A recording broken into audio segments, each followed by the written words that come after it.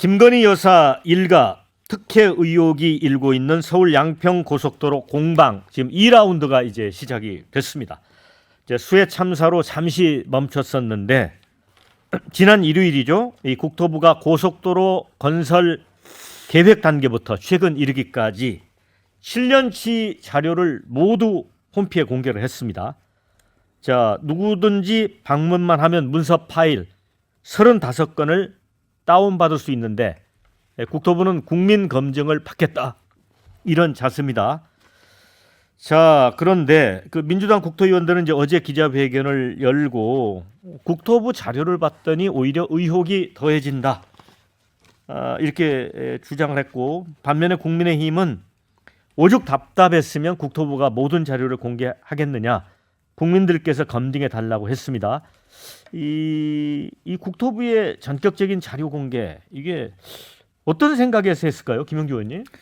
사실은 뭐 어떻게 보면은 이제 이 과정들이 원희룡 장관이 얘기하는 것처럼 정말 객관적인 자료 공개를 통해서 이루어지면 훨씬 빨리 문제를 해결할 수 있지 않았느냐 생각이 들어요. 다만 실제로 이 자료가 과연 어떤 그 자료 작성자의 책임자라든지 그런 기록들이 제대로 돼서 만들어진 것인지, 부분적으로는 바이어스가 없는 것인지, 혹은 다 공개했다 하지만 사실 일부 과거 정부에서 있었던 것처럼 어떤 부분을 싹 빼놓고 다라고 하는 것인지 아직 의혹이 100% 해소되어 있지 않다라고 생각하고요.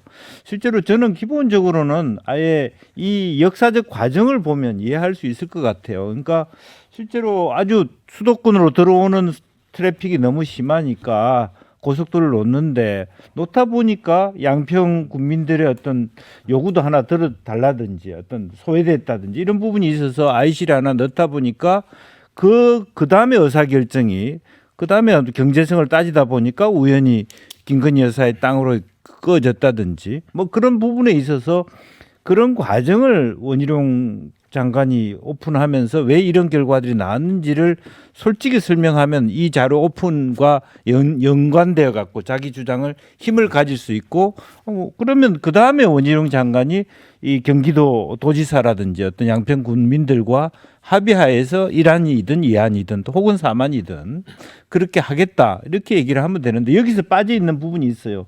시기열적인 부분입니다. 그러니까 실제로 원희룡 장관 혹은 윤 대통령 취임 전후에 어떻게 급격하게 논의가 급물살을 타면서 바뀐 게 있는가, 그런 걸 보는 게 더 중요해졌거든요. 네. 자, 신성모 의원님, 지금 이제 공개된 자료가 파일이 55건이에요. 그래서 지금 댓글 보면 이게 역대급 자신감이다 이런 글도 올라오고 있는데, 이게 원희룡 장관이 자신감을 보여준 거로 봐야 됩니까?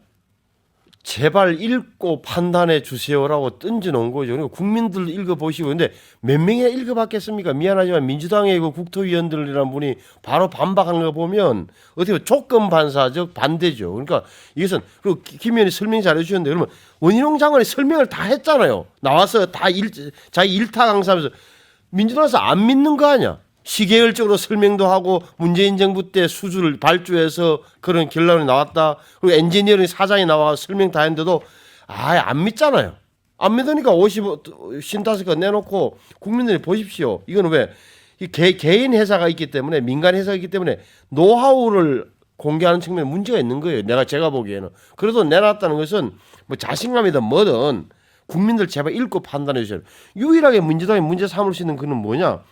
짧은 시간 안에 왜 이렇게 바뀌었느냐라는 건데, 이야기 들어보면 지금 새로 나온 거 보면 2021년도에 KDI의 예비 타당성 조사도 KDI에서도 할 때 보면 종점부에 문제가 있다는 걸 지적을 했다는 거 아니에요. 그러면 그 후에 수많은 사람들, 양평 국민들의 민원 그리고 전문가들의 견해 종합해서 강화 IC를 만드는 순간 종점은 끝지점은 강상이 될 수밖에 없다는 결론을 내렸다고 본다면 전혀 문제가 없는 거 아닙니까? 그런데 아직도 민주당에서는 계속해서 2달 만에 바뀔 수 있는 거냐, 윤석열 대통령이 되고 나서 이렇게 급격하게 바뀌었네 라고 하니 이거는 믿음의 영역으로 넘어가 버린 거예요.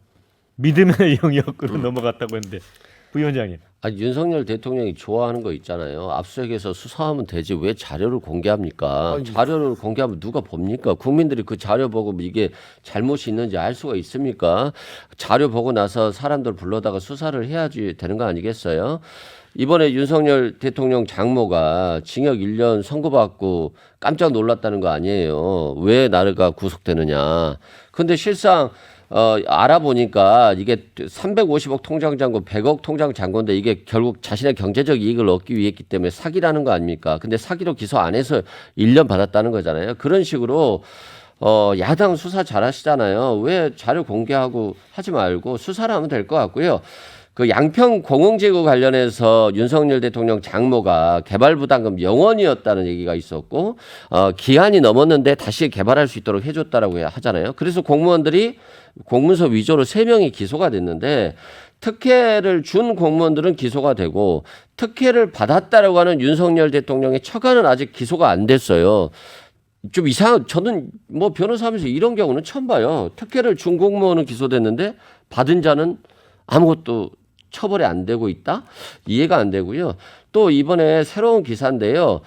그 용역사들이 3가지 노선안에 대해서 분석을 해서 강상면 종점안이 최고다, 좋다라고 했는데 지금 기사들 보면 강상면 종점안만 분석을 했고 L자 노선안이라든가 양서면안에 대해서는 비교 분석을 안 했다는 얘기가 있어요.